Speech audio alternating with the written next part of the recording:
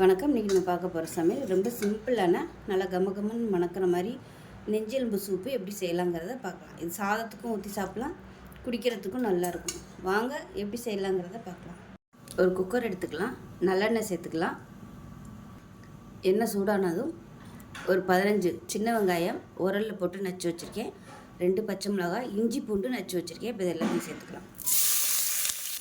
இப்போ இதில் மீடியம் சைஸாக 2 தக்காளி, ஒரு கைப்பிடி அளவுக்கு புதினா, அதே மாதிரி கொஞ்சமாக கொத்தமல்லியோட தண்டு, இதை மட்டும் சேர்த்துக்கலாம். தக்காளி ஓரளவுக்கு வதங்கிடுச்சு. இதில் 1/2 கிலோ அளவுக்கு நெஞ்செலும்பு எடுத்துருக்கேன், அதை சேர்த்துக்கலாம். இது கூடவே 1 டேபிள் ஸ்பூன் தனியாத்தூள். காரம் உங்களுக்கு ஏற்ற மாதிரி சேர்த்துக்கோங்க. நான் கம்மியாக தான் காரம் சேர்த்துருக்கேன். ஒரு 1/2 டேபிள் ஸ்பூன் மிளகாத்தூள், 1/4 டேபிள் ஸ்பூன் மஞ்சள்தூள். அவ்வளோதான் இதுக்குள்ள மசாலா. 1/2 கிலோவுக்கு இந்த அளவு போதும். லேசாக வதக்கி விட்டுக்கலாம். இப்போ இது எல்லாமே நல்லா வதக்கியாச்சு. இப்போ 1/2 லிட்டர் அளவுக்கு தண்ணி சேர்த்துக்கலாம்.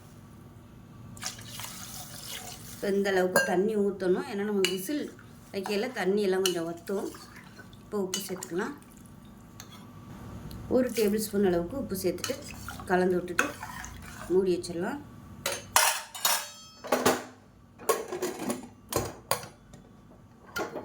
மூடி வச்சுட்டு நல்லா ஒரு 8 விசில், ஏன்னா எலும்பெல்லாம் நல்லா வேகணும், அதனால் 8 விசில் விட்டுட்டு ஸ்டீம்லாம் போனதுக்கப்புறம் பார்க்கலாம். இப்போ ஸ்டீம்லாம் நல்லா இறங்கிருச்சு. எப்படி இருக்குன்னு பார்க்கலாம். பாருங்கள், நம்ம இவ்வளோவுக்கு முக்காதுக்கு தண்ணி ஊற்றிருந்தோம், இந்தளவுக்கு நல்லா வற்றிருக்கு, கரெக்டான அளவில் இருக்குது. அவ்வளோதான், அருமையான சூப்பு ரெடி ஆயிடுச்சு.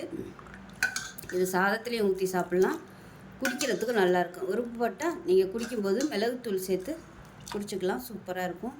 ஸோ செஞ்சு பாருங்கள். செஞ்சு பார்த்துட்டு எப்படி இருந்துச்சுங்கிறத சொல்லுங்கள். வீடியோ பிடிச்சின்னா லைக் பண்ணுங்கள், கமெண்ட் பண்ணுங்கள், சேனலை சப்ஸ்கிரைப் பண்ணுங்கள், பக்கத்தில் பெல் பட்டனை ப்ரெஸ் பண்ணுங்கள். நன்றி.